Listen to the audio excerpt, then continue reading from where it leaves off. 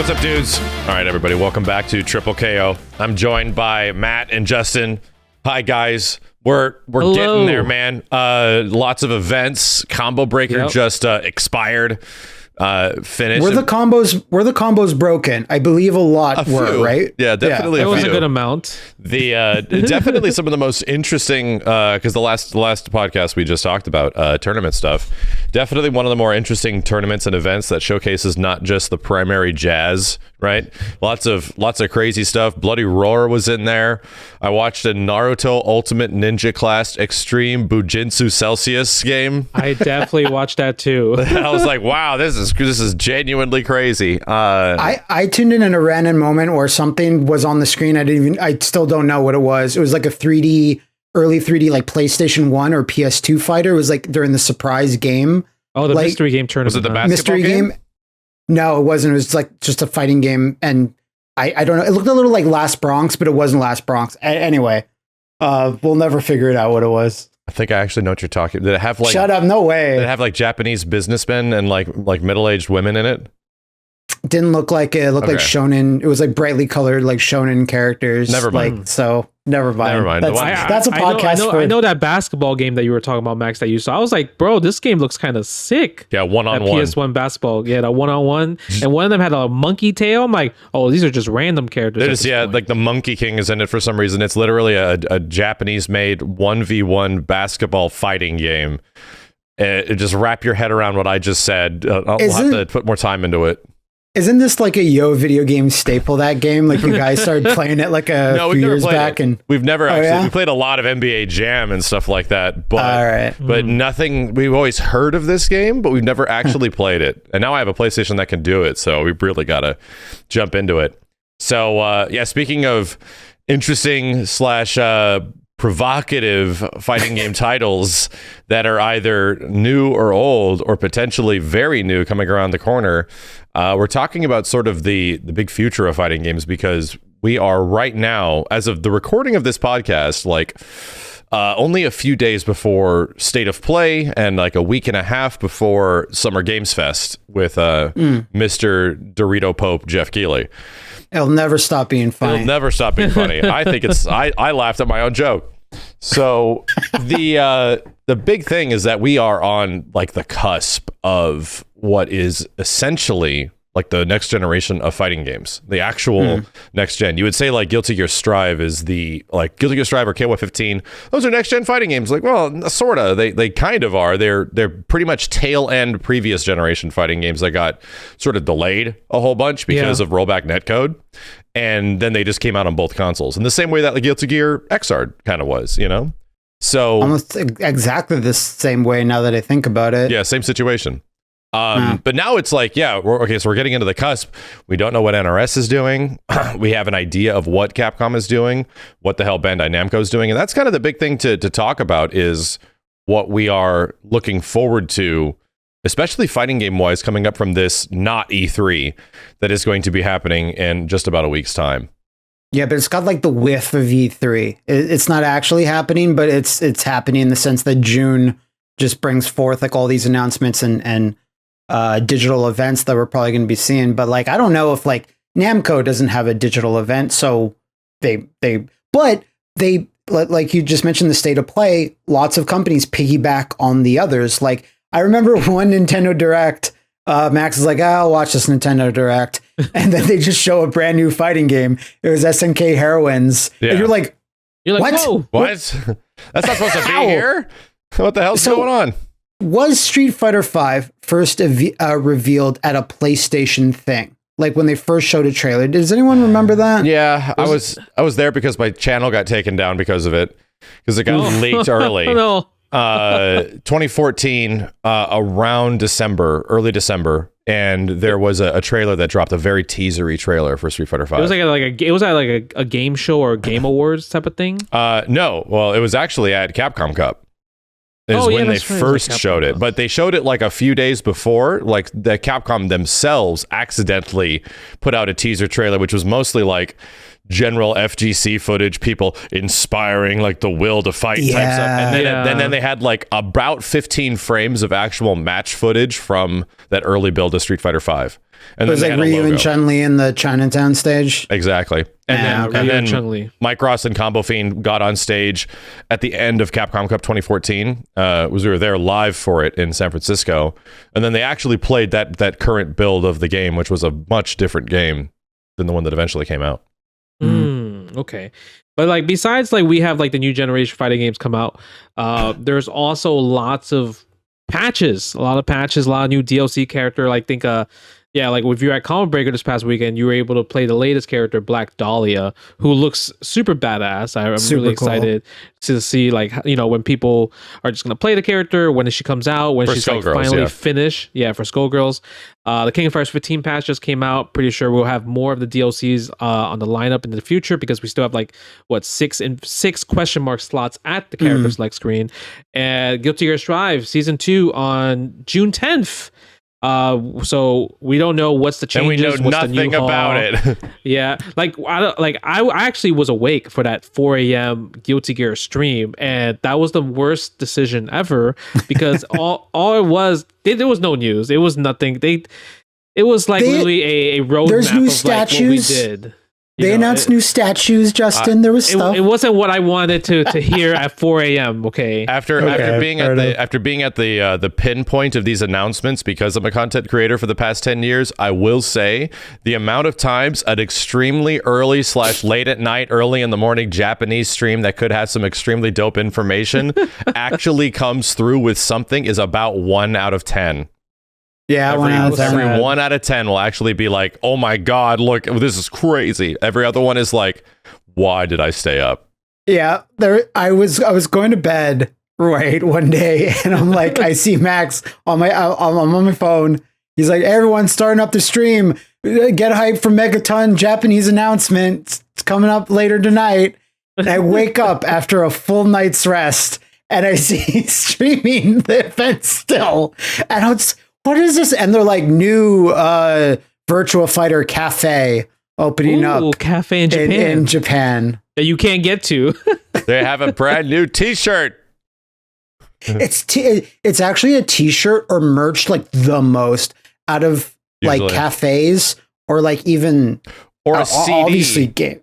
Really? CD. A CD? Well, watch. Yes. Watch. Yeah, that's a lot. What watches are you guys looking forward to in 2022? What fighting game watches? I want there to be a Marvel vs. Capcom watch, Matt.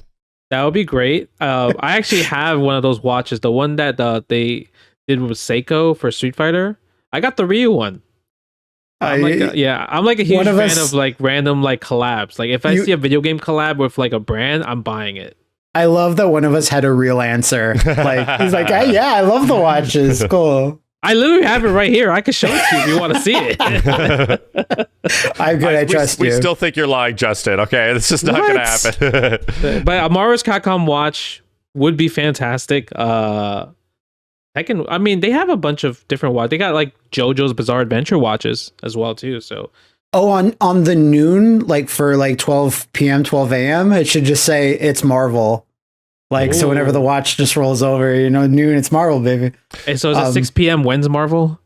Guilty Gear getting that big patch it's funny how it's a big deal and it's got apparently balance changes across the board because that's a new big thing that's happening. The game's been out a year, right? Like the meta is essentially, the game has really been figured out at this point. Yep. And like how they're going to spice it up because the funniest thing about all Arc System Works games is that everyone always goes back and looks at the vanilla version of the game as like, that game sucks. What a piece of shit. Like everyone always thinks that like about the old Guilty Gears, like the old versions of them, like the vanilla versions, much less Guilty Gear Xrd. And now like Strive is finally changing a bit. So it's like, well, how much is this one going to be that much better?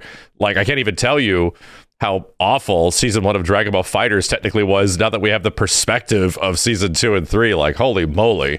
Yeah, I think it's kind of like that for Street Fighter 5, right, as well, too. Like, everyone, I would say, on social media talks about how, like, I would say for the balance-wise, this is the best Street Fighter 5 up to date compared to Season 1, where it was, like, so broken. Yeah. I think, but at this point, even in Strive, I was watching Combat Breaker, and it was the most funniest thing is that everybody is booing the Happy Chaos players because I guess Happy Chaos ruined Celestial and Online because they just shot everybody down from heaven and just put them back on the 10th floor, and they were cheering for Leo. They were like, yes, Leo, destroy Happy Chaos. I got such severe flashbacks because there was Lost Soul that was playing Happy Chaos, and I'm like, yep, there's some hidden memories that are coming back, and it's like, you know, I don't play Strive because Happy Chaos is the character that's ruining the game. I'm gonna go back to play Xrd, and it's like, you poor Lost Soul. You have no idea. You have no idea that Elfet is like did the exact same thing to that game in a very similar way.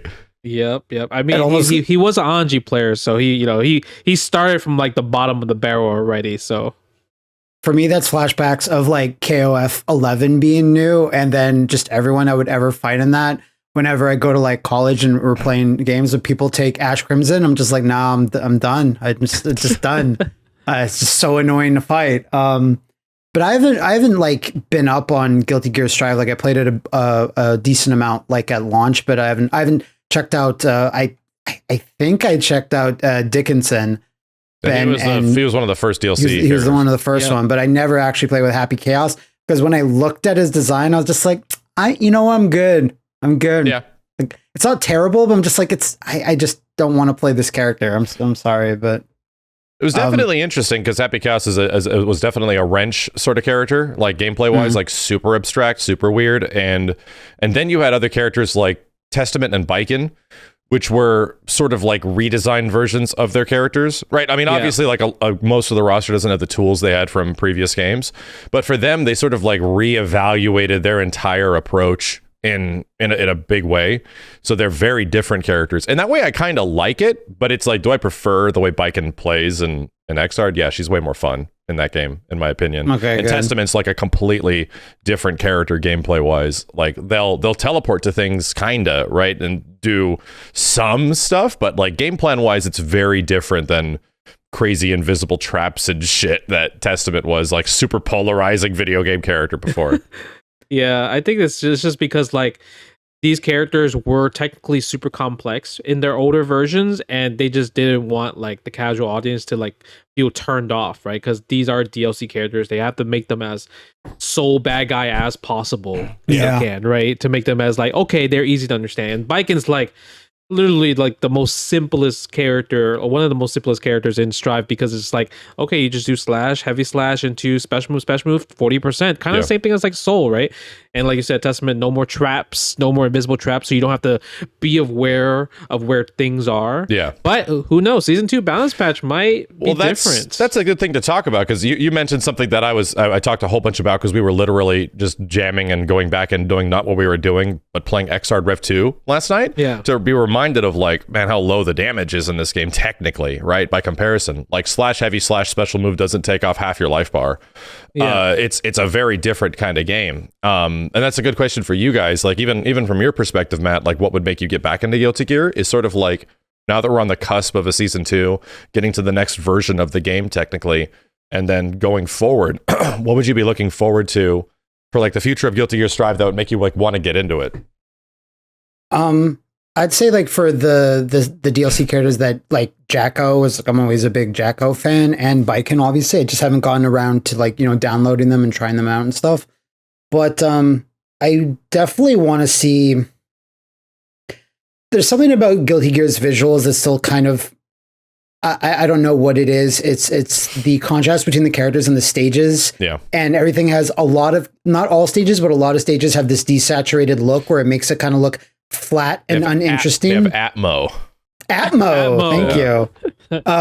Atmo, where I'm just, I know this is like a minor thing, but it's just like, it sometimes doesn't look Guilty Gearish to me. And the mechanics, the general mechanics and the HUD still kind of like, I'm like, okay. I mean, I played a lot of Guilty Gear, like the classic first couple of Guilty Gear games quite a bit, and did play the last one, a fair amount as well. And just, I thought Strive would be the one where I'm like, okay, now I'm really going to get into it, but it just kind of wasn't, and I can't even explain why. But well, I can help you with that, is because it's the most different Guilty Gear's ever been. Yeah, that's true.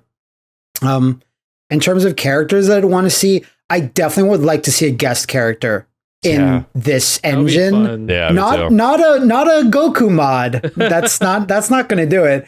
But like Sub-Zero. No. A Street Fighter, a KOF character, something like that would be super, super cool just to see officially because there's been plenty of Guilty Gear characters that have crossed over. Like just Biken herself has been in like one or two things already. And I would love to see a character from like Tekken would be cool. I don't know. That could be interesting. Yeah.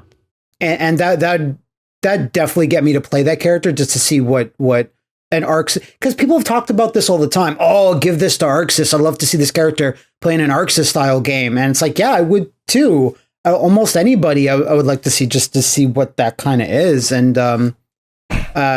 maybe that would be the key to get me to play it a bit more consistently, because I don't know. I just don't have the inclination to do so. Because it's a funny title. We heard like about 2 to 3 months after the game came out that it eclipsed 500,000 sales. Which for a Guilty Gear game is the best-selling Guilty Gear game by like a large margin. But in like the grand scale of fighting games is still super niche, right? You had a fighting game come out from Bandai Namco, Nintendo, or Capcom, and that dev wouldn't be making anything for the next 30 years, and it sold that much, you know?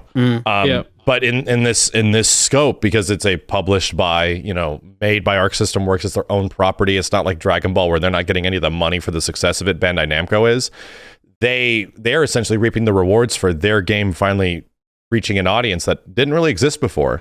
So it's weird to me that like even we're like a year out now and they haven't had any announcements of it hitting like 1 million sales. Like that's kind of like the crazy comparison of like still how niche this stuff sort of is, where oh my God, Guilty Gear sold 500,000 units. That's crazy. Like it is crazy for Guilty Gear, but like how big the industry is, it just goes to show you that it's still super focused. Yeah. Now that you say that, it's like after a year or something, there's always like a little press release where it has a character that's like, thank you so much for 2 million sales. And it's been a year out and I have not seen that for Guilty Gear.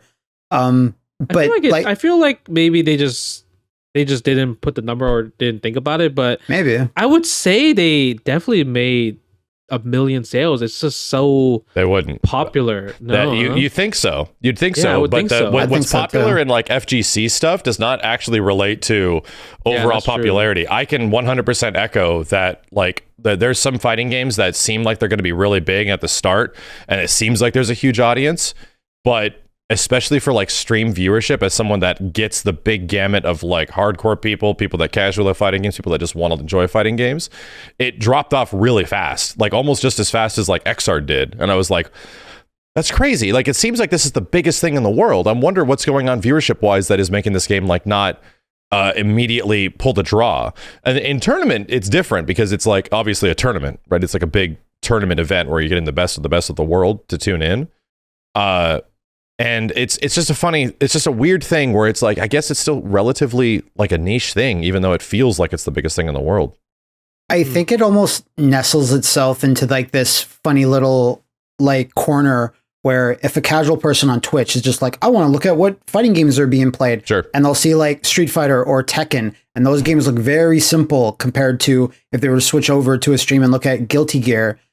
But if they switch over, like, what are some other games that this publishers go? You look at Dragon Ball, almost everyone knows what a Dragon Ball character looks like and recognizes them. And even though, like, technically that's way crazier, all the stuff that's happening with Tag and DBZ Fighters, they look at Guilty Gear and they'll see these characters that some might look cool to them, but there's just a lot going on. Then there's Faust. And then the player's like, I'll look at something else. I can sort of echo that exact like sentiment with Dragon Ball. Because even like years out, right? Like 2.5 years out of me barely playing any Dragon Ball since season 1 and just checking out some new random thing or just checking out Dragon Ball again, just playing it like as someone that's not even that good at the game and just learning it, like tons of people would show up. I'm like, God damn, I guess Dragon Ball's still papping like 2 years down the road. It's still a shit ton of people that tune in video wise and like live viewership because, well, it's Dragon Ball. It's Dragon Ball. I mean, the anime. It's got characters and properties that are just huge.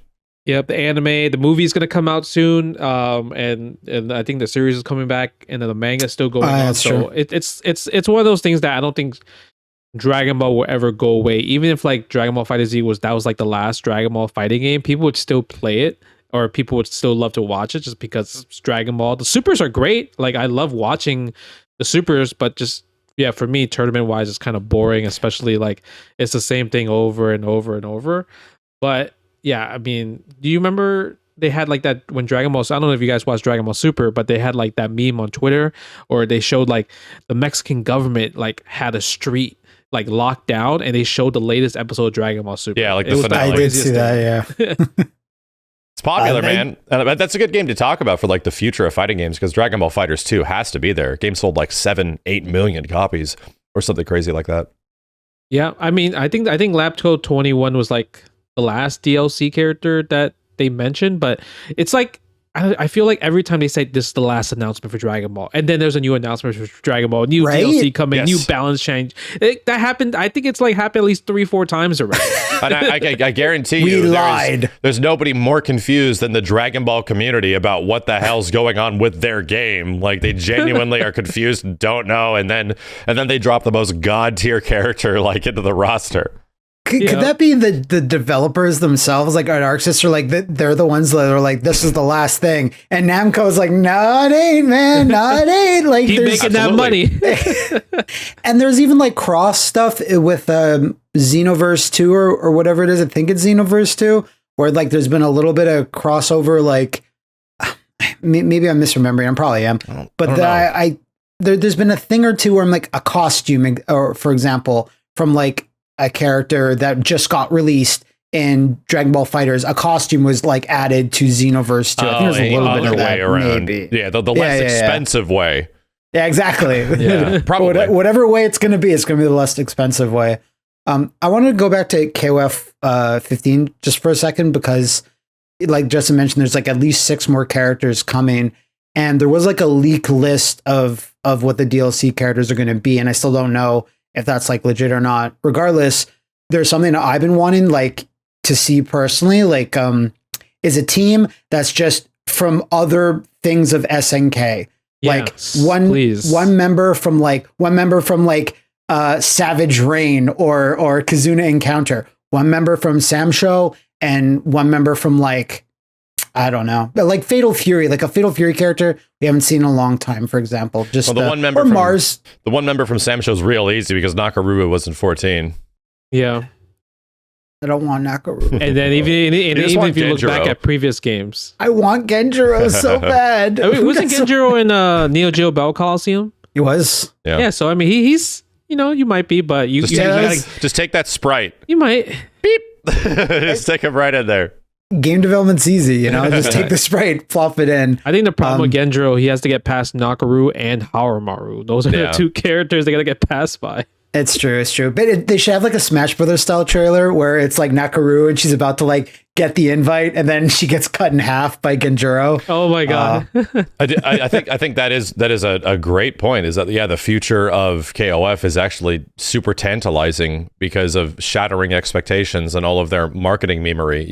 Like where things could potentially go within this season, and how much are they going to start delving into other SNK fandom? Like I still desperately want there to be like team guest really bad, like where it's just a guest character from Tekken, guest character from Street Fighter, and a guest character from Fighting EX Layer. Like all the games where all these SNK characters have sort of been stuck throughout all these like years in some way. Like just team guest, man.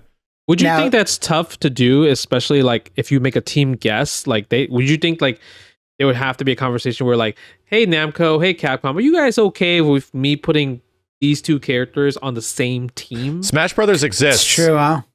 Yeah, no, I know that's true, but it's just like, but this is more of like they're working with each other this time, right? Well, they already did. Like Terry's in Fighting EX Layer, Geese is in fucking Tekken 7, and who's God? What's the other one?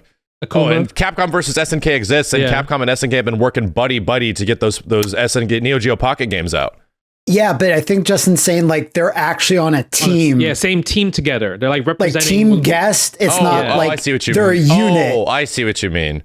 So like what, Ryu and Terry and Skullomania on the same team. Yes. Yeah, like Capcom would be like, that's ridiculous. Ryu would never team with Terry Bogard or Skullomania. Yeah, we can't have that. You're making us look bad. Yeah, exactly. I have to imagine if they did have some weird pick, I have to imagine at least one company be like, that's not good for our branding. You know, like I would like there to be no issue, but I have to imagine that there's at least one combination where a publisher would be like, that's costumes are in Street Fighter V. That's true. Everything that's happened between any cross combination of any of those characters and any of those companies has already taken place. Yeah, but it's also more of just like Arica. I think Arica is more cool with like giving them their rights compared to like Capcom giving fighting like Arica their rights to put a character in Fighting EX Lair. Like, because you would think maybe there will be a Street Fighter character Fighting EX Lair, but it hasn't been there yet. Well, there hasn't been a ton of new characters added to Fighting EX Lair, but also Ryu and Chun-Li are fucking Power Rangers. They are. That's true. I mean, Chun-Li is so sick too in that game. I think it has to be like a Mortal Kombat character throws things. Let's see, like it has to be like an issue of content. And if ever a Mortal Kombat character somehow get in, like maybe that would be it. But then again, if a Mortal Kombat character is being in KOF, there's not gonna be a ton of violence anyway. So that wouldn't even really be an issue. But I want to make believe that there's beef still, even though I don't think that there is. Like SNK has been releasing Capcom versus SNK projects, not the games that we want. Yeah, but definitely cool they had to make those connections to make them come out. Yeah, exactly. Like a lot of people are like, oh, well, SNK developed those games. Like, yeah, they did, but they still need Capcom's approval to re-release them, I'd imagine. There's direct thanks to the lead producers at Capcom that run their fighting game division in the credits. There you go. Okay. So for King of Fighters 15, right? Obviously, we're gonna have more characters, and we obviously want team guest and like just guest characters in general. What about do you think there'll be more characters? Because technically there is a new mode, the boss rush mode, that was pretty poor with the Omega Rugal.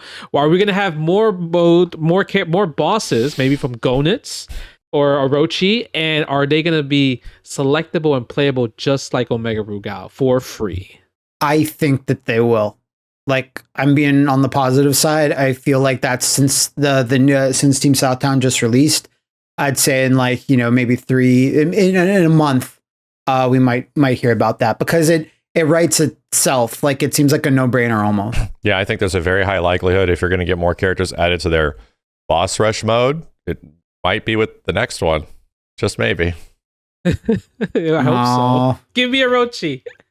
For those that are on this audio podcast and you can't see Max, he's smiling. Yeah, he has that very good chance. Just get ready. All right, but besides that, obviously June is coming up. I mean, when you guys watch this podcast, it will be June. DNF Duel is June month, so that's going to be something to look forward to. Yeah, and we have actually seen a whole bunch on DNF Duel over the past like couple weeks or so, where they are slowly drip feeding the actual content of the game, and it does have a quote unquote like story mode. But it's mostly like, and it looks great, but it's like visual comic sort of like story mode, where it's got characters doing things, but it's not like full cinematic stuff like Dragon Ball, where you have like their in-game models talking to each other, or Guilty Gear, nothing like that. And it's still you gotta understand, it's a $50 game. It's even below the price of a full budget game. It probably doesn't have a full budget to make the full game as well, because they contacted Aiding to make the majority of it. So and then the other stuff that's in it is like, it's got survival mode. It's got a versus mode. Wow. It's got traditional arcade ladders, right? A traditional arcade mode. You can tweak certain parameters in what we're calling the options mode. Yes, and you can change the music to be louder or less loud. And then like training mode, like then that's the stuff they have to show, and it's like, yep, that's kind of what we were expecting the game to be. It's sort of just a straight run of the mill, like bare bones functionality. This is like kind of like an arcade game for the most part in 2022.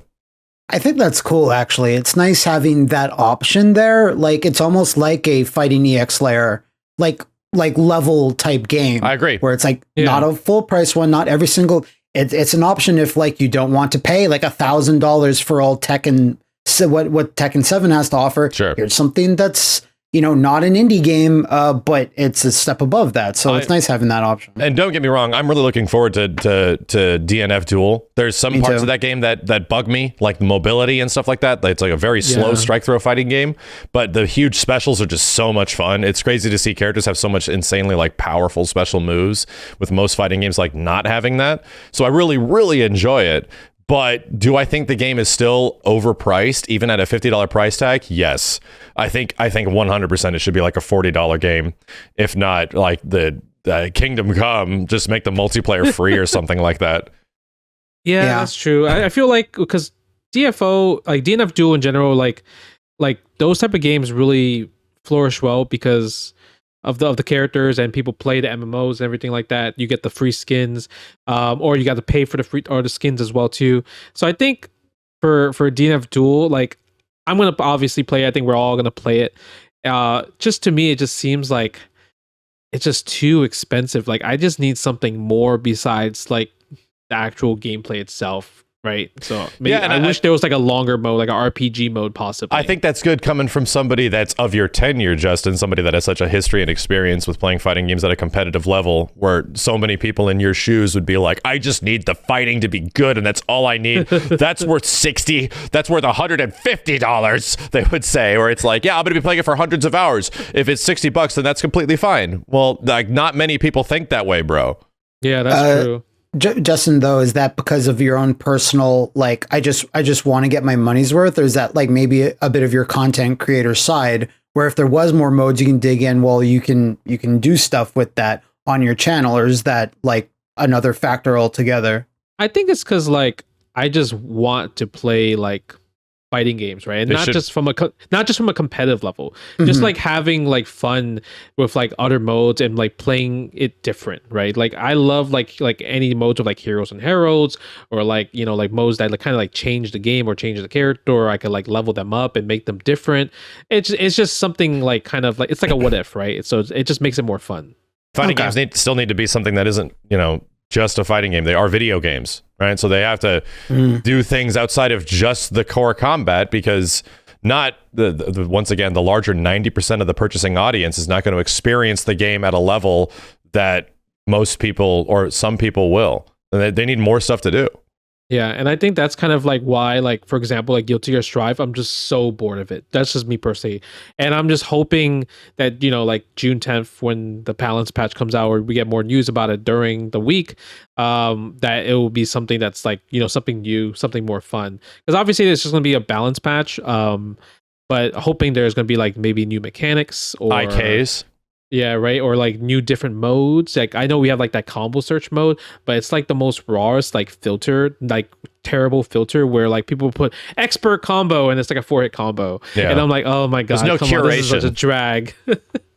Yeah, you need like curate like a curated tag or whatever, where it's like these are combos that Maximilian Dood recommends. They should absolutely have like a Twitter a Twitter like accepted sign, like Twitter like approved, a check mark, verified, a verified check mark from Daisuke himself of like dope combo. I signed off on this shit. I didn't even know this combo was possible. Like I didn't even design it that way. Yes. There's two other things in June. I think one of them is in June, but they're not new fighting games in the sense. But I did want to take a second to talk about Capcom Fighting Collection, for sure, and the Breakers Collection as well. I know pre-orders have gone up for that for the physical version, so that has to be coming out this summer. I want to think it's June, but I don't think they have a solid release day on that. It is past the NDA time on that, but I believe all of us have. Yeah, we can all say we played it. We've all messed around with Capcom Fighting Collection, and I haven't gone too deep, but I'm loving everything about the front end of that game. It has a nice like 90s like graffiti hip hop sort of lean to it, and it's so refreshing compared to like the 2004 era of SNK collections on the PS2, which were almost depressing in a way and how basic they were. But I love all the options there. There's something like 9 different filters for the visuals, but they're all really good in the sense that they're not making the artwork bad or, you know, all globby. It's just different filters to get different versions of arcade screens, arcade monitors. We're kind of away from that HQ2X filter of the Third Strike / Marvel 2 era of games where it just like sort of bleeds the pixels into each other and stuff. And then from what I played too, the game genuinely feels like a very big love letter to the classic Capcom fighting games that are on there. In the same way that like the Capcom Arcade Museum was sort of a similar way where it was like, oh, this is a nice little like love letter to the early 80s, like late 80s, early 90s era of Capcom games where you can just like play a bunch of them. Because they get into the meat and bones of these games. It's not just like, oh, we're just firing up a save state, you know, because they are all the arcade versions. It's not like we're playing some weird PSP versions of Darkstalkers. No, they're all arcade ROMs on there, and they get into the code of the game, it feels like, with training mode stuff. And they really do allow for some, like for every single game. It's not just a few of them. Every single game in there actually has a training mode. Every game has online. It's genuinely cool. And like Red Earth has 2 different training modes where it's training modes like if you were playing versus against the other 4 playable heroes, and there's a boss training mode to fight against the unplayable bosses, but it's just to hit them or like make the dummy do something. I believe. Pretty and much I was like learn the situations and everything like that. Exactly, right. which is someone really thought about that because they're like that's. Competitive is not what Red Earth is really about. It's more of a co-op thing, like if anything, or single player Legends thing. Kind of game in many ways. Yeah. So I was shocked to see that. I was like, that's really cool. And I haven't tried the online. I think it's still not very populated because the game's not going to be out for like another like couple of weeks. But I was really happy to see that has all the care and attention that Capcom Arcade Stadium and even the beat 'em up collection from Beat 'em Up Bundle. It feels like the exact same team as the Beat 'em Up Bundle. Yeah. And I'm very happy cool with is it. that it's all internal Capcom. I actually got confirmed that it's not outsourced to like an M2 or one of the, you know, the port devs that a lot of them exist in Japan.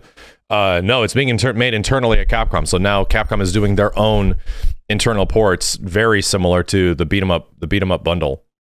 Yeah. And I think the coolest thing about the collection is just like there's just so much to do. Like even for a game, like, you know, like, because usually arcade titles are like, you know, you could beat the game from like start to finish in like 20 minutes, but there's just so much more to do after that by like unlocking stuff, like learning, playing online. So the fact that they're able to turn these titles where it's just like, you know, you just put a quarter and call it a day, and then you could make it more of like so much replay value. It's great, right? I think they learned a lot from like the Capcom 30th collection with all the Street Fighter stuff where there was only like 4 training modes and 4 onlines, and now they have everyone gets training mode. The fact that you could play Cyberbots and have training mode, and like you can actually learn how to play the game. That's crazy. Yeah, because Cyberbots take some getting used to because it's pretty different. It's so fast. The only way you could technically do that before is if you had Cyberbots Japanese version on PS1, and I don't even know if that version of the game even had a friggin' training mode. Yeah, probably maybe not. It could not have. It might not have. It was still in that era of like, you know, late 90s where some games had it, some games didn't. Mm-hmm. So like I am really looking forward to like the full launch of this, and like I hope it spurs a lot of people to. And we also had that confirmation not too long ago where someone from Capcom was like, if you buy this collection, that does not mean a new Darkstalkers is coming out at all. Where this is not a test. So yeah, I just made a video about this too, where it's like they're essentially admitting that they know about the Capcom test, right? And like the awareness that and the very bad PR that the old school like the Darkstalkers and Mega Man Legends Capcom tests has sort of like permeated throughout what people think of them.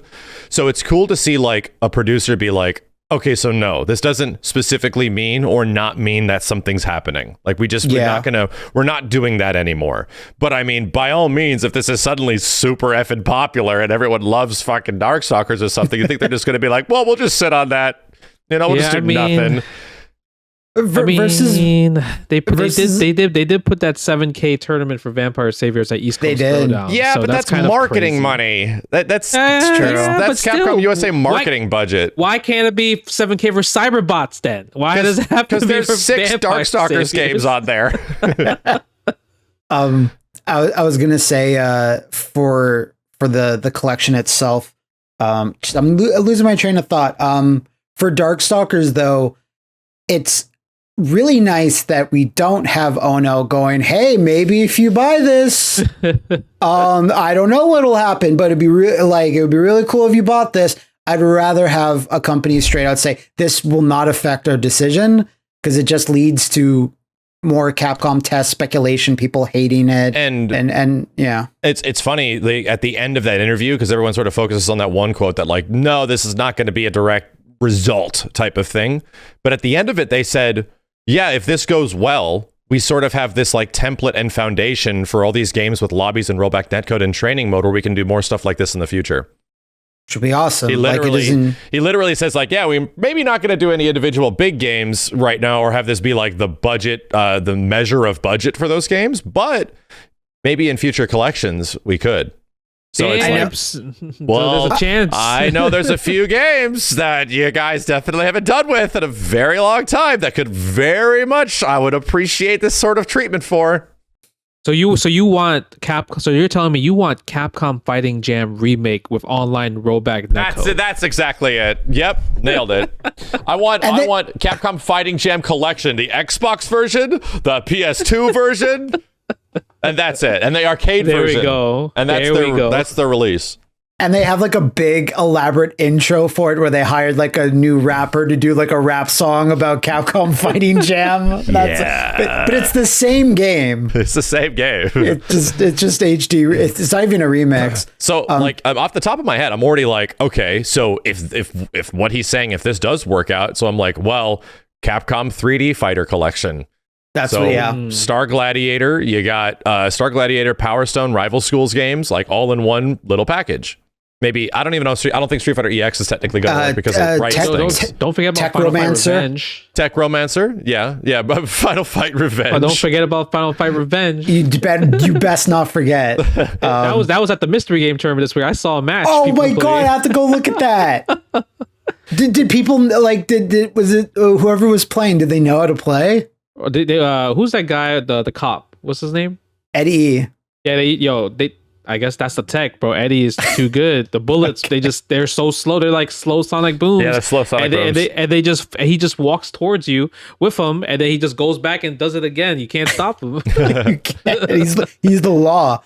I kind of still wish they'd also, not fighting game related, but it's like there's still a bunch of awesome Capcom beat 'em ups. I know Max knows of a couple of them that I really wish they could do that, but there's licensing fees, of course, because they're based on other IPs, but there's at least like 3 or 4 that'd be really cool to get in there. But I still somehow think it's not going to happen. Somehow, somewhere, Coke Media, whoever the heck you pronounce it, over in Europe was able to get the licensing rights for Alien versus Predator on some giant abomination Capcom arcade stick. I don't know how that happened, but it's just of all games and franchises that are locked in mines and jails, AVP is locked on that stick. Yeah. And yes, I know you can emulate it. I know all these emulation systems and solutions exist, but it's like, I want to give you money for AVP. Yeah. I want to support these efforts. That's the difference. That's the difference. A lot of people are the same way, where, I mean, I have to echo this over again because I have a very large audience of people that watches my shit and I get to hear their perspectives. People don't want to emulate stuff. People don't like dealing with emulation. A very large majority of the video game purchasing audience doesn't want to have to deal with settings and all this crap. I just want to buy the thing. I just want to buy it and it works. And they will if it eventually exists. Yeah. I mean, I think for me, like it took me a long time to like really get into Fightcade. But before, like, my whole thing is like, bro, what if I get like a virus and my computer just blows up, right? That's kind of like, I think a lot of people probably think that, where they're just scared to just download 100%. something from the internet, and like emulators and ROMs, and like, it's just tough, right? So if a company can provide that, frame one, I'm buying it. So like, I just want to buy anything from like that's a remake or a remaster. In that same vein, there is a very good reason why video game consoles still exist, because people don't want to deal with bullshit on their PC. They just want the thing to work on the console, Yeah.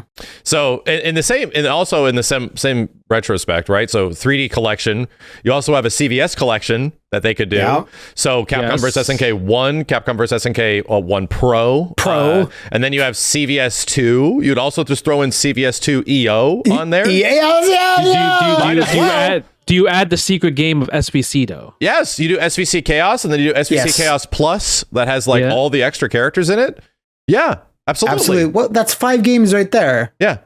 Like easy. So like 6 games. Like and make them all online and make it crazy. Go ahead. Oh, that would be great. True love making all day. Like, and that sounds like an amazing collection. And then you have the ultimate collection. You have the game that literally everyone's been asking for since Marvel vs. Capcom Origins. You finally stick X-Men vs. Street Fighter, Marvel 1, Marvel 2, Marvel Superheroes, Coda, like all the versus games into one game, and they're all online. I mean, more of the gems. That is a dream. We got arcade right machines right over there that already do that shit. For God's sake. The only thing I can still really think with that is that there's an agreement in place, and console versions of those can only come out after a certain time. That's all I. Yeah. That's all. That's the only guess I can hazard. So. Yeah. There's also the Breakers collection that I mentioned. I stupidly love Breakers. I saw Justin's recent video where he was playing Breakers, getting bodied by a Tia player. Oh, that guy was really good. Yeah, he was really good, but it's also Tia's really good in that game, and I think that's supposed to have rollback netcode as well. It does, yeah. Training modes and stuff, and like that is just a game I never thought would come back in any sort of real guise, like it just relegated to being in the arcades or you have to emulate it forever. So I'm really happy with that. There was a demo released on that on Xbox, oddly enough. I don't know if it's released on PlayStation systems or Steam, but I played through that and messed around with the training mode. And that seems like it's only a 2-game collection. I hope that's priced appropriately because, it's just I don't even know what you price 2 games as. Yeah. Is it a Code Mystics game? I don't believe so, no. It's from Cubite Interactive. Yeah. Okay. So I think they're from Brazil because they hit me up about it and they're always like super excited about it, and they see me playing Breakers and everything like that. And I told them obviously like whenever this game come out, I'm gonna probably play it just because like I love Breakers and I love like these type of collections, these re-releases. And then I think like there was rumors of them like saying that they're going to do Rage of the Dragons collection as well too after Breakers. So I think they're gonna be like maybe possibly just like going hard with like all these kind of like awesome SNK games that people probably never had a chance to play growing up. Like SNK adjacent, because I think Breakers released on the Neo Geo, but it wasn't actually published or worked on by SNK. Okay. Yeah. I think. It always gets kind of fuzzy around there in the late 90s on the Neo Geo, but I hopefully that comes out in June. Maybe it's definitely in the summer at some point, and I'm looking forward to those 2 collections. Looking on Steam, it says soon. Add to your wish list. But they did have a closed beta on 2/18, around February. So I played it there. I love it. It was so cute. They even had like little chibi characters with the loading screen and everything. So it was like a nice love and attention put in there. Yeah, so good. That's once again though that little extra bit of effort goes a long way. It did a lot for like the Capcom beat 'em up bundle, as in the same way it does a lot for the Capcom fighting game collection. You just feel like they give a shit. When you play some of these older games. Yeah. So that's the near future, right? That's like in the close scape of where fighting games are going for the future. We got updates happening to Guilty Gear. I think for me personally, I just would love to see damage toned down and to give characters more combo routes, make the game a bit faster. I think that'd be fun. Overall, I think DNF Duel I'm really excited for as well, where it's just, is it going to be a game that I'm going to commit my life to? Well, there hasn't been a lot of fighting games that have come out over the past few years that I feel like I want to commit my heart, body, and soul to, where you got to like, put a ring on it. But it's going to be fun. Like, and I do think that there is space for games like Fighting EX Layer and like DNF Duel and these like sort of other smaller projects where it's like, this game is just fun, right? Is it going to take off and go to the moon? Is it going to be some new crypto horse shit? Maybe not. It might not lit the IFGC on fire, but am I going to have a good time with it and just play some crazy characters? Yeah, that's all I'm really looking for. Yeah. That's good. So, but we are on the big cusp of seeing what Street Fighter 6 actually is. right? What kind of a game? It's going to be a 3D PlayStation 2 Mortal Kombat era style game, 100%. 100 with air parries. Air parries. We get to see what that game's going to look like. Is it going to visually sort of resemble the trailer and be a more grounded, like gritty, realistic version of Street Fighter, more hip hop themed, you know? And then the next big elephant in the room is also the fact that NRS is still an absolute unsolved mystery of what the heck they're working on and what the hell they're going to show or when they're going to show it. So I think for them, it's going to be like an MK11 situation where I think they're going to hold that for a long time still, like another year or more. And then when they show it, it's going to be released later that year, like not that long. Yeah. Because the wait for MK11 was a while. And it seemed like they were going to announce it and they don't. And then when they announce it, it's like it's out in like 5 months. Yeah. I definitely am doing the same thing. I'm predicting Game Awards this year is when they show whatever the hell NRS is working on, and then it comes out the following April. So it's like less than 5 months turnaround. Yeah. I mean, that makes sense. I'd be surprised, honestly, if it was Mortal Kombat, like just Mortal Kombat 12. Me too. I think it's going to be something else. I don't even think it's going to be Injustice 3. Same here. What if it's a fusion? MK versus DC. That'd be better. Too. If it was a proper new MK versus DC, I think that would be way more interesting than it just being MK 12 or Injustice 3. Yep. I mean, like, I know myself, and what I want is none of those things. I want, give me Primal Rage. I want War Gods. Bring back like that. That's, you know, the dumb parts of my head, which is most of them. Want something just so silly, and marketing would be against it 100%. They're like, no, why would you do this? And now those are the types of projects I want them to work on, but it's not going to happen. If there's anything that Ed Boon has said that I'm kind of like, that'd be cool. I do still want the horror fighting game. Yeah. And I don't mean Terrordrome. I don't mean Omen of Sorrow. A lot of people are like, those fighting games. Those fighting games exist. I'm like, yeah, they do. It's not exactly what I want. I want the Leatherface versus Jason versus Freddy versus type thing. Use that WB money to get all those licenses back and make the game that can never be re-released ever again.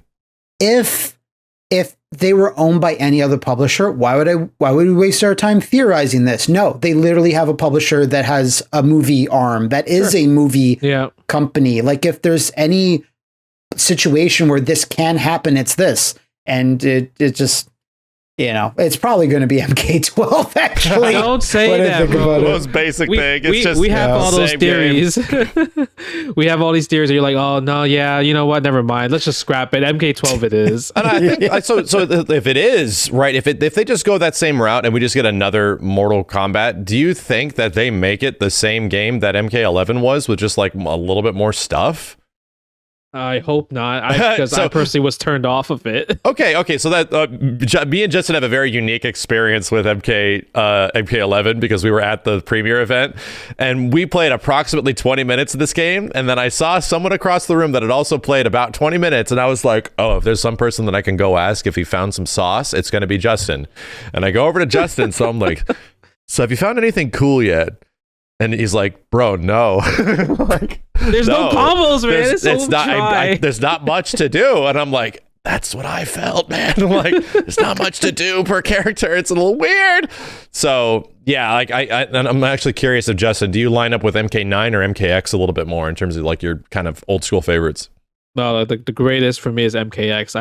The combo system is too fun, bro. Like everything about it was just like it was like the Marvel of Mortal Kombat. It was just so fast.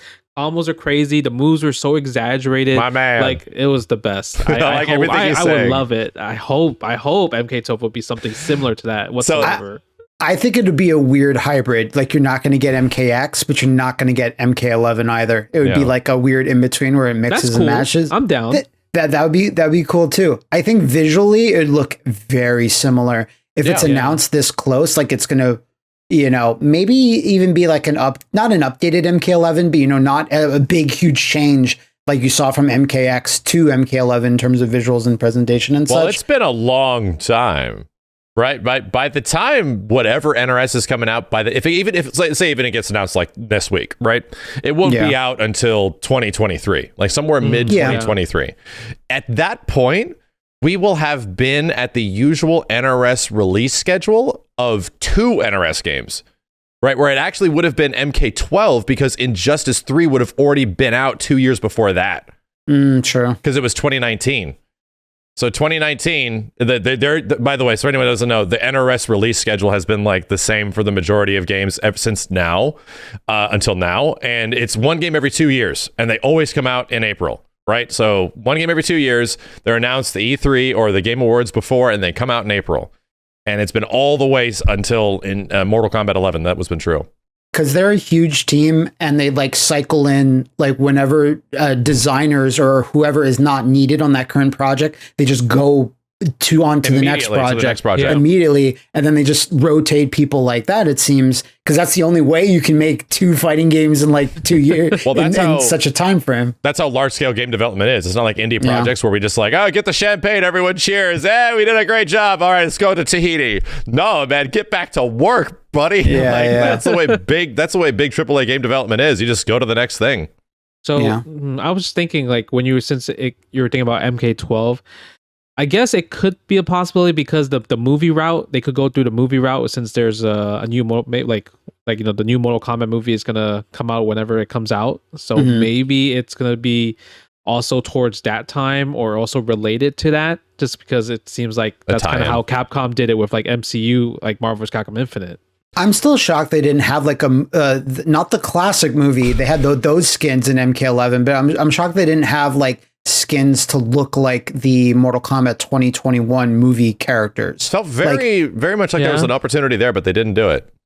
I think they were kind of like sort of hoping people would kind of think of the same thing when they had the classic 1995 movie skins. They're like, oh, it's a movie, you know, it'll trend regardless. So let's just do the classic one. And even though like you listen to Christopher Lambert's voice in that movie pack, sounds rough. Sounds very rough. So, but the Raiden in the 2021 movie, you see him for a total of like 1 minute. So he didn't do anything. Yeah, he didn't do anything. He sat in a loading screen and talked to like Liu Kang.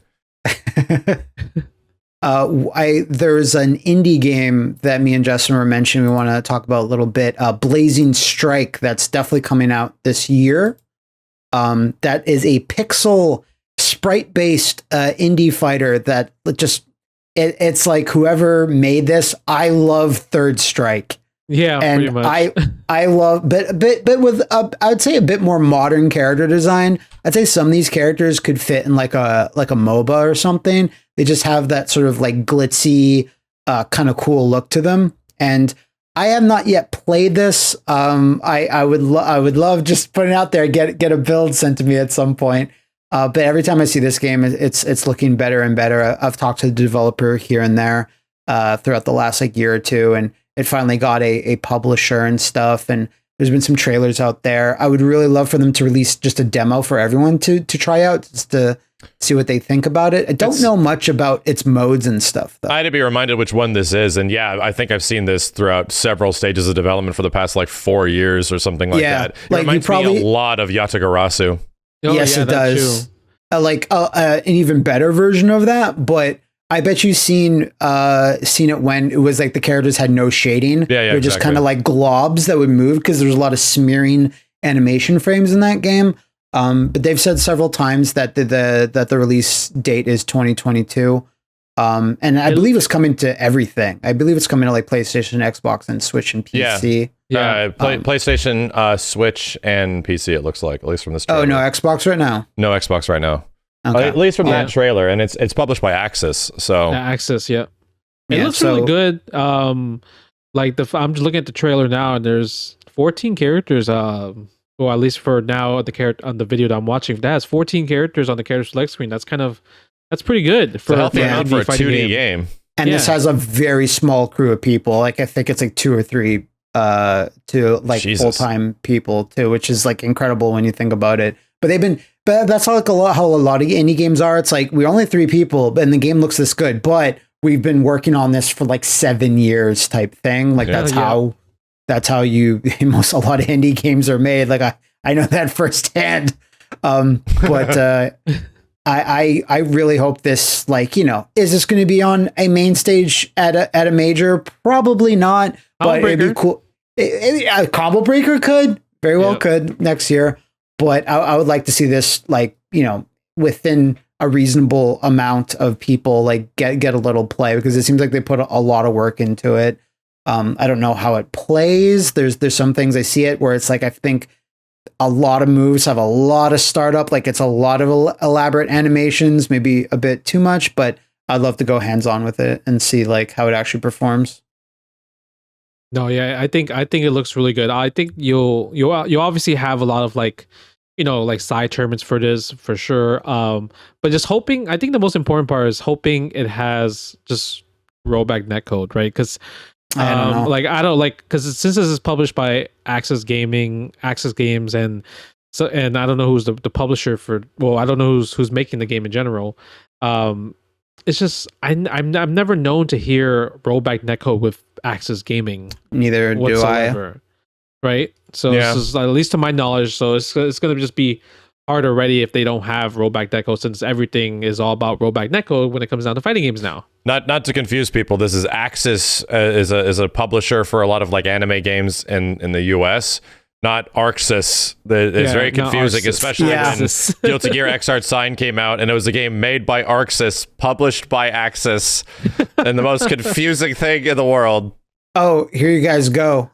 Key features, blah, blah, blah, blah, blah. Train your Persona AI to mimic your fighting style. With trained Persona AI, players can fight a CPU that plays like them. So it's basically Shadows in KI. Worldwide Proving Ground. Play online matches against fighters from around the world with zero network delay, thanks to GGPO. Oh, so they're just using online. GGPO proprietary. Yeah. Nice. Okay, that's good. That's good. It seems right now it's $39. Yeah. So it has a sick ass box art. I know the artist that does the box art. His box art's like it puts all Street Fighter 5 box arts, puts Tekken box art to shame. It's so cool. Some of these characters are like, this is the sickest character you've ever seen in some of these shots. Like there's this ninja with a red Oni mask, but he has a neon chain with a sickle on it. And there's a grappler. Justin, there's a grappler with like 6 arms. Wait, what? I mean, I'm looking at this like it's poster. Asura's Wrath. I see King. I see there's like a king lookalike, but damn. Yeah, there's like a wrestler with I think his name is Alexander, and he's got like a leopard skin that he's wearing on his back or whatever. So you're saying there's a grappler. There's a Asura's Wrath type dude that has like 6 arms. I believe he's a grappler at least. I just for Justin's sake, I hope he is. So you're telling me that they're like, you know what? We need to outdo Mortal Kombat with these 4-arm characters, and we're gonna make a 6-arm character and make them in a fighting game. I think so. What about I want to ask, like we speculate a little bit about Street Fighter 6 and NRS. Like Tekken 8 has to be somewhere in some sort of planning stage. Yeah, and my prediction is that it's much further out than I think people are ready for. I don't think it will actually get announced until potentially 2023. And it might not be it might actually be a 2024, 2025 game. It really depends on which route they go. But like Tekken 7's done, like in terms of content, right? Like did they ever outright say? Or? Yeah, it's essentially been content complete for about a year, I think. I think Lydia was the last big thing, and she was at the beginning-ish of 2021. I think so. So it's been about a year, but the biggest difference is that the time frame in between most Tekken projects is usually kind of substantial. So it's usually like a good 2 to 3 years in between the conclusion of the last game where you even see anything on like the new game type of thing. So but was for Tekken 7's case, wasn't that because of like the arcade release? Like they just let the arcade release ride for like a long time before a 2 console. Years. Yeah, 2 years. That's an eternity nowadays. Yeah, it really is. Like, and that was preceded by Tekken Tag Tournament 2, which did end up getting a bit of DLC as well. But I don't know if it had any development support beyond 2012. It might have. Was that DLC for Tekken Tag 2? Was that Jinpachi I'm pretty sure that Jinpachi was not in Tekken Tag 2, except everyone reminded me he was totally a character in Tekken Tag 2. He's good too. Yeah, I only know that because I didn't play a lot of Tag 2, but I watched a lot of it, and Jinpachi was a bitch in that game. Yeah, but was he only made playable in DLC, or was he like a boss in the game? Because that was the part I got confused. No, some people said he was DLC. No, he's like in the opening cutscene going to the tournament. He's like, no, I know. He's like sitting in the back seat. Yeah, no, I know, but like, was he playable? Because I saw some people say he was DLC to be playable, so he might have just been a boss in the vanilla, like non-DLC release. I don't know. I just saw some people saying that, so I had no memory of him being in there. Like, I played Tekken Tag 2 in the arcades a bit and on the Wii U version. Yeah. So I think the thing about Tekken 7 is that they just announced the Tekken World Tour that's going to be still happening for this. It's starting next month. Really? Yeah. So that means that's probably one more year of Tekken 7 competitively. So obviously, I think we could make an assumption that there will probably be no new Tekken announcement until probably at least until the end of the Tekken World Tour in 2023, probably mid 2023. That makes sense. Yeah. So I guess it's kind of like the whole Street Fighter 5 route where they're doing another pro tour, and then then that's why Street Fighter 6 is like next year, and then I guess that'll be the next pro tour for Street Fighter 6. So this is probably maybe a similar route for just Tekken, or a future Tekken 8, or maybe a Tekken Tag 3 in the future. Who knows? And yeah, Jinpachi was main roster. Okay. Yeah, there were some very weird DLC characters like Alex and Ancient Ogre and Thin Bob Boskanovich, and apparently Kunamitsu was a DLC character, Michelle Chang, Prototype Jack, Slim Bob. I remember that being a DLC character. Yeah, I love Prototype Jack. But yeah, like that's a good telltale sign of like, yeah, how far out is Tekken 7 still going to be supported? But that's the thing, is that like Bandai Namco just proper, it never really is at like the tail end of one game's development and they are immediately ready for the next one, and they're just like going at it. Their fighting games take an awkward amount of time to release, like between Soul Calibur and even the Tekken series. There's some big ass gaps in between there. That's another one, Soul Calibur. It's like, I don't know about you, but it's like I feel like Soul Calibur is it's done. I don't see it. Unfortunately, I don't see it coming. I don't see a 7 at all. It didn't meet sales expectations, unfortunately. And Okubo, who was like the lead dude, the Soul Calibur champion, right? Who pretty much, there were stories that if this doesn't do well, he's out. He left Bandai Namco. Damn. It's so weird considering, like, for a time, Soul Calibur was like the fighting game for a little bit. It was so exciting, it being on the Dreamcast, and then Soul Calibur 2. And then just slowly throughout the years, it's just like I can't even understand why that and not other series that are still around. Like where was the chamber that wasn't firing? I got a couple of good answers for that, because I really like Soul Calibur 6. And I think gameplay wise, it's actually some of the most fun Soul Calibur's had in a very long time. And funny enough, Soul Calibur 6 ends up, I think, being the third best selling Soul Calibur game after 2 and 4. It's like Soul Calibur 6 is the next best-selling game in the entire series, but still not good enough because Bandai Namco is a big company with big expectations. There's a couple of big problems with Soul Calibur 6 when it came out. As the smallest roster of any Soul Calibur game, including like when it launched. When it launched, including one. A smaller roster than one at launch. Yeah, it's crazy. It also is coming off Soul Calibur 5, which definitely left a bad taste in a lot of people's mouth with just, it's just to delete the majority of characters you love type of shit. Yeah. They bring them back and it doesn't look that much better than Soul Calibur 5 because it is a budget game, right? It is. They did not have a very big budget for Soul Calibur 6 when it came out. And then also its online sucked. But we all know that online, good, amazing online for fighting games is not the make it break it situation for sales. And unfortunately, it should be, in the same way that like gameplay should be a make it break it situation, that like this fighting game's got amazing gameplay, you should buy it. Oh, we know that's not true. Unfortunately, it's a really sad story. So a lot of those things all coming together for Soul Calibur 6 just led it to not having a big launch. And once again, as a content creator, a person that really liked 6 when it came out and I was dealing with the bad online, but I had some characters that I loved, people just weren't watching. It was nuts. It was Really? nuts that like my viewership was just substantially lower. The YouTube viewership was just substantially lower. I was like, damn, this is crazy. People are like kind of interested at the start and then hard tank like within like a few weeks to a month after, where it's like, wow, okay. Because I remember seeing some people are like disappointed that it was like not a time skip, but like a time rewind almost, like not a reboot, but you know, it's still confusing to me a little bit. They're like, oh, this doesn't push things forward. Well, when you push things forward last time, you push forward way too hard. Yeah. And all these characters are gone. So no, Monkey Man is Khalik. Yeah. So I didn't even know what the right course of action there. And it was called Soul Calibur 6, but it was a canon dream match.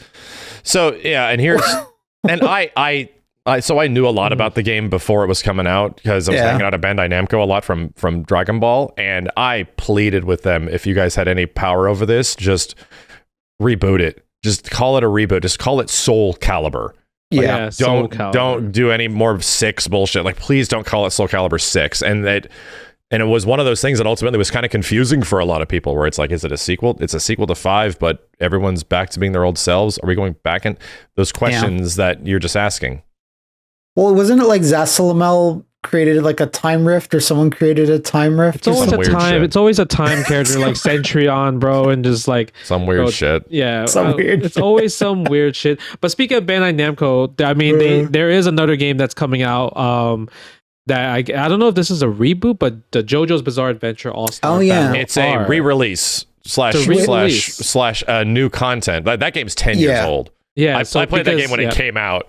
Yeah, so I'm saying it was on PS3, right? Yes. Was it PS3, right? Yeah, and then like, they're adding new characters to it. Yeah, it's like isn't it?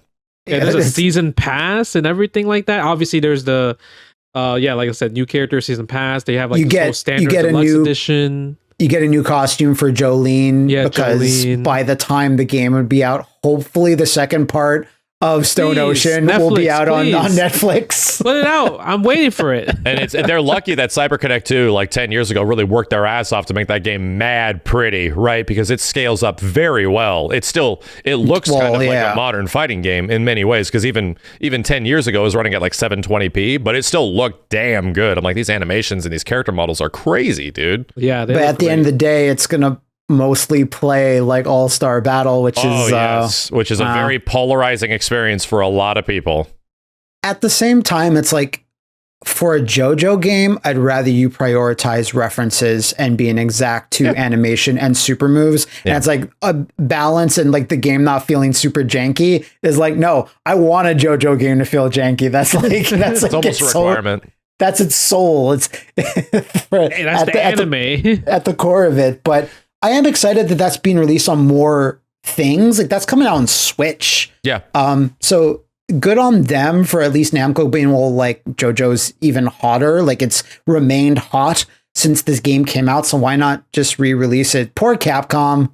They're like, well, we'll never get to re-release. We had that one shot to re-release our JoJo. That game is so good. I still have I was lucky enough within the 1 year that it was available to actually download the JoJo Capcom CPS3 game on Xbox 360. Yeah. So I still have it on my Xbox 360. I don't got that. Man, I have Girl Fight. That's all I have on my 360. You understand? You understand that Capcom released some bangers on Xbox 360 collection, man. Bangers. Age of Booty. Yeah, absolutely. Third Strike Online Edition is still locked to Xbox 360, PS3 Marvel for some Origin reason. as well, too. Darkstalkers Resurrection. Yeah. I think in a video I pleaded, I was just, Capcom, just re-release, just make a Third Strike Online Edition backwards compatible on Xbox One. That's seriously, man. I am not asking for a lot here. I don't think I am, but maybe I am. Maybe there's an issue. It's the best version of Third Strike by so many measures. Like, granted, like the Fightcade version probably now is because of the way Fightcade has evolved over the years, the more arcade perfect. But I mean, the next best one is probably Third Strike Online Edition, funny enough, because it was based on the PS2 port that came out with the 15th anniversary, which was like a ground up. Capcom made it to play as much like the arcade version as possible. And then it's got like extra costumes, it's got extra music, it's got the training mode stuff that Flo worked on, it's got like all this so much. It's such a huge Third Strike love letter, you know? Yeah. the only thing I ever wished on that, like a cherry on top of the sundae, was like I really wish they could like, you remember they had the DLC for Colors, right? Yeah. I really wanted DLC for just Second Impact and New Generation stages. Oh, me too. That would be so good. I remember telling Iron Galaxy that when I knew him, and I was like, "Was there any way you guys could have gotten the stages like they're maybe, but we just have the budget for it. Like we didn't have the money for that. That was a small project." Like I would like I'll colors are cool or whatever, but I'm like I want the stages because I prefer a lot of stages in their like New Generation like I think Gil's stage is way cooler than Gil's stages in Third Strike where you fight him at. Like, I mean, all the crashing, the water and shit. Yeah, the water. Yeah. But yeah, like even a Buki stage. A Buki stage had like the whole Ninja Clan. Everyone was there. Oh yeah, I remember that one.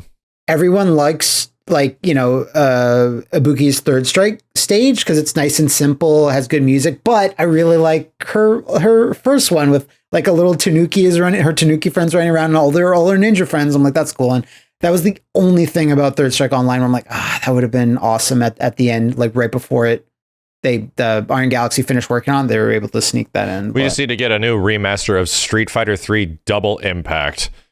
Just that one. Yeah. I feel like it's possible at this point because Capcom just loves throwing out these collections and like, kind of re-releases. So I mean, they know Third Strike is a hot game. Like everyone talks about it. They use Third Strike as like the critical selling point of the 30th anniversary collection. They kept being like, yeah, this is the official release, the official arcade version of Street Fighter 3 Third Strike. That plays the worst. It definitely played like trash too. But they could have done the Alpha collections, the Street Fighter 3 collections, even the Street Fighter 2 collections.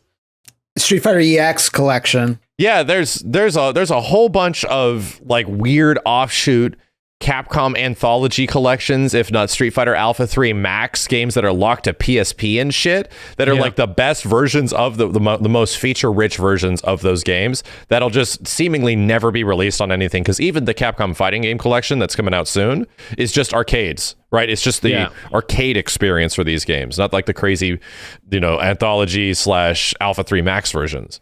Street Fighter the movie. Never gonna happen though. That probably won't. For Street Fighter EX, if there would ever be a Street Fighter EX collection, Capcom just needs to contact Max and be like, can we take that video of you playing Street Fighter EX3 and just put that as the official trailer? The pitch meeting. Yeah, just put that online, do like a truncated, like 45-second version of that will sell. I need EX3 back. I really do. That's like one of my favorite fighting games. It's so fun. The tag is so cool. Like combos. Okay. You got special move cancels. It's so sick. It's literally like MVCI tagging in some ways. It's like, this is crazy, man. Yeah. It's crazy. They got teamed up level 3 supers with each other. Come on, man. That's so good. But that game had this weird, I don't know about you guys, but it had this weird like sort of path where when I saw first footage of it before it was out, people like, it was like Ryu in front of the waterfall and stuff, showed a little bit of gameplay. I just remember videos being, that looks pretty cool. Wow, PlayStation 2 looks awesome. That type of thing. Then when people would actually play it, they're like, this is the worst ever. I hate this. Why is it controlled like this? This doesn't even feel like the old ones, blah, blah, blah, blah, blah. And then like everyone just stopped talking about it for like a decade. And then I think with Max's video, it just like brought it back where everyone's like, this is the coolest game ever. Justin, do you have a video of you playing this on your channel? No, I don't, but get started, please. Thank you. What's crazy about it is that my memory of this game is that I played this game with my friend. I stayed at my friend's house for 3 months for a whole summer, and we just only played EX2. Like, no, EX3. We only played EX3. Sorry, we only played EX3, and bro, we loved it. We went through every character and everything like that, and found all these crazy ass combos and used these level 3s. Like, we spent a whole summer on an EX3 game. It's actually kind of crazy because that game has the crazy like create a character thing too, where you can like assign moves and stuff. Damn, that's fun. Content. Yeah, it was super fun. But I don't know. That has to be some sort of they have to come to an agreement with Eureka because that has Eureka characters in it that Capcom does not own. I think it just boils down to like how interested are people in like a re-release of Street Fighter EX games outside of us, and it's tough because those games did okay, but they never did astronomically well. You know, and in fact, it sort of was one of the severance of Capcom and Eureka in the early 2000s was that they didn't sell super well. Mm-hmm. But I mean, I love EX Plus Alpha, right? EX2 is like still a great game. EX3 is a crazy game. Like I have a big personal amount of attachment to it, but if you go back and you look at those games, man, those character models are fucking rough, dude. They are, for sure. The block specials. Yeah. They were bad in that day. Yes. Like they looked a lot rougher than they should have given their development. Like Virtua Fighter 2 released like 3 years before them, and that Virtua Fighter 2 looks so much better. Tekken 3 predates it by like a couple years, and it looks that bad. It's like, listen, woo, man. If we are okay with Minecraft Steve, we are okay with these EX characters. That's all I gotta say. It's funny how just the lens of graphic, like people will be so much more forgiving nowadays. But I remember back in the day and people were like, this is unacceptable. You knew this is your first time knowing this was not developed by Capcom. You just knew just by looking at it. There's like, no, this is not what, because like Plasma Sword and stuff was coming out, or not Plasma Sword, but like Star Gladiator was like around the same time, maybe a little bit later, and that looked way better. Yeah, you had Star Gladiator and Rival Schools like around that time frame, which was Capcom's like first big 3D efforts that were made in-house, because people got to remember that Street Fighter EX was not made by Capcom directly, it was made by Eureka. So, and the only reason it was made by Eureka is because they were drinking buddies with Akira Nishitani, who's like the guy that made Street Fighter 2, for God's sake, that I believe he eventually went over to Eureka around that time frame. So they was like, yeah, we can make you a 3D game, sure. So it was very different, right? And I think people caught on to it. Like I enjoyed it, man. I love that Sakura theme and shit. Like I think that's like a part of my identity practically. The music is in that game was just so good for every character. Every character is so good. Yeah. If they were ever going to re-release on the back of the box or the digital description, it would be like featuring music from Maximilian Dood's channel. Unofficial, unlicensed music. Oh, dude, it was a crazy day for me when I was playing Fighting EX Layer and that song came on. I was like, oh, that's right. They still have the rights to this. Oh my god! And playing like Alan Snyder versus Skullomania with the theme. I was like, huh. You're like, thanks for watching, everybody. Bye. Like you're just attuned to say that whenever you hear Precious Heart, right? See ya, dudes. Precious Heart. That's too good. That's good stuff. Is there anything else on the horizon that, like, I think, you know, like unless a company comes out of nowhere and just says like, oh yeah, we're bringing this back. That's the hope, right? That's Virtua Fighter, I guess, and we're still kind of we don't know. We're about to get new VF stuff, right? And apparently, Virtua Fighter's doing good enough where they're still adding stuff to it. But Tekken 7 collaboration. Tekken 7 collab is happening. We played a little bit more VF Ultimate Showdown, and yeah, like the online matches that pop up at the beginning of the game when it first shows up, we're still populating. There's still people playing it.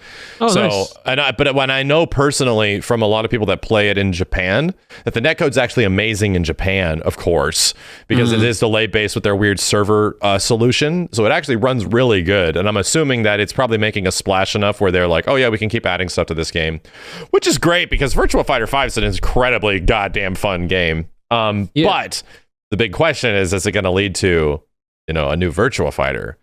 And that'd still be pretty far out. I feel like if anything, I don't think a new Virtua Fighter, but maybe a Virtua Fighter collection would be cool. I would love a collection. Both. Yeah. Right? Give us both, man. Hell yeah.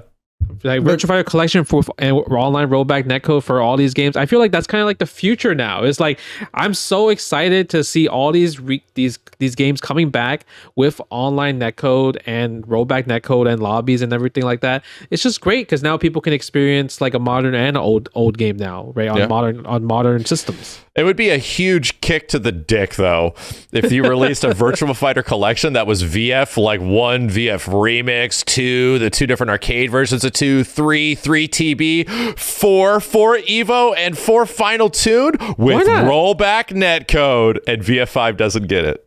You know, sometimes huge kick to the dick. That's like the SNK route in the beginning with the whole Code Mystics releasing the online rollback netcode for like King of Fighters 97, 98, 2002 UM. And then they finally did it for King of Fighters 15. So maybe VF5 has us to take the L because, you know, King of Fighters 13 still trash netcode. Yeah. And VF6 will have it, maybe. I tell you what, if there's one thing you want to talk about the future of Virtua Fighter that I pray becomes a reality in some way, because Sega does have a big history of this really working out for their company and making them an absolute astronomical shit ton of money, is making Virtua Fighter a new Virtua Fighter, right, that runs on a majority of systems, that is pinnacle, right? Sega takes the challenge and we're going to bring everyone around the world together in a new Virtua Fighter with amazing netcode, and it actually is good, and it's also free to play. Okay, that's my true like best case scenario for VF, is that they treat it like PSO2 and they just battle pass it, you know, and they just do all that. They treat it the same way, but they give it like a very good looking coat of polish and make it scalable. And oh my god, man, just let everyone play VF just to see how much fun it is. Yeah, but what you're actually going to get is a collection that has Virtua Fighter on the 32X, Virtua Fighter Kids, and Virtua Fighter 2 on the Genesis, and that's it. Got it. That's the 3 games. You're going to get a re-release of Virtua Fighter Kids specifically, and that's it. I mean, we got Gem Fighters. We did, but I think it's just because I've played Virtua Fighter Kids like once ever, and I don't remember it being like that. Not bad, but like not like, because Gem Fighters is so like charming in every single frame, whereas Virtua Fighter Kids is just more kind of like, it's just chibi Virtua Fighter at that point. Yeah, like, right? At least with the Capcom effort with Pocket Fighter, like they put a whole bunch of love, care, and attention. It's arguably like the Disneyland of 90s Capcom games. Like there's just so many references, and characters transform into other characters and do all this insane. You have to like count the amount of references you can find in that game. It's crazy. And then Virtua Fighter Kids, they just stuck giant heads on anybody like it's circa 1994 with NFL Blitz or something. Yeah, you just put in a big head code. Large head and had an idea, and they just did VF Kids. They announced that the Virtua Fighter anime is being re-released just the other day on Blu-ray. So like the things are happening. Virtua Fighter 6 is next. There you go, man. We have to review that Virtua Fighter anime because it's the best version of Virtua Fighter. Where like, Akira loves to eat. And he's like a perv too. It's like the Akira that you want. Yeah, I never saw either. He's always entering hot dog eating contests and like perving on ladies. So I don't know if what you're saying is real or not. That's the problem. I don't know how hard you're morbid right now, Matt. It's crazy because when I think of Akira, I just think of him as Ryu, like, you know, the odd. So, you know, he's trying to train. He looks like he's trying to train, become the best, and then you're saying he's a pervert and loves to eat hot dogs. Sounds good to me. We are waiting for the Dark Souls of fighting games. Let us have it. We're ready. Soul Edge has nothing on a lightsaber. Like, I'm sorry. James Earl Jones comes back. No! Oh, no! Oh!